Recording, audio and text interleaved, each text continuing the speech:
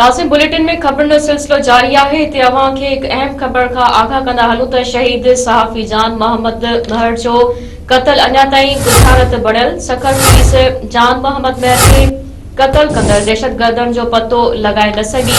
Police मामले की जांच लाइ रुगो जांच कमेटी ताईं महदूद। शहीद जान मोहम्मद महर जे कातल जी गिरफ़्तारी लाइ सहाफ़ी ऐं वकील सरापा एहतजाज बढ़ियल। सिंध के मुख्तलिफ शहरन में सहाफ़ियुनि जो जान मोहम्मद महर जे कातल जी गिरफ़्तारी लाइ एहतजाज। सखर में सहाफ़ी बिरादरी पारां SSP ऑफिस आलो धरणो हयो वेंदो। सहाफ़ियुनि पारां शहीद जान मोहम्मद महर जा कातिल गिरफ़्तार न थियण ते ॻणती जो इज़हार। रतोदेरो प्रियालो गाजी कावड़ में कलम धड़िन पारां एहतजाजी मुज़ाहिरो। कातिलनि जी गिरफ़्तारी जी घुर। सखर में शहीद जान मोहम्मद महर जे कतल ख़िलाफ़ वकीलन जो भी अदालती कार्रवाई जो बाइकाट।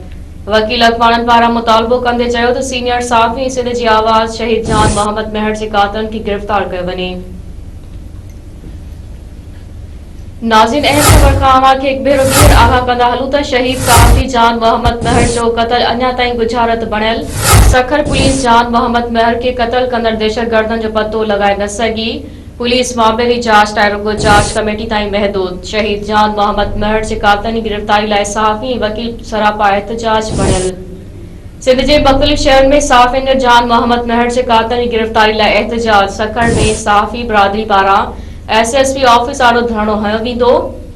सहाफ़ियुनि पारां शहीद जान मोहम्मद महर जा कातिल गिरफ़्तार न थियण ते ॻणती जो इज़हार। रतोदेरो प्रियालो गाजी कावड़ में कलम धड़िन पारां एहतजाजी मुज़ाहिरो। कातिलनि जी गिरफ़्तारी जी घुर।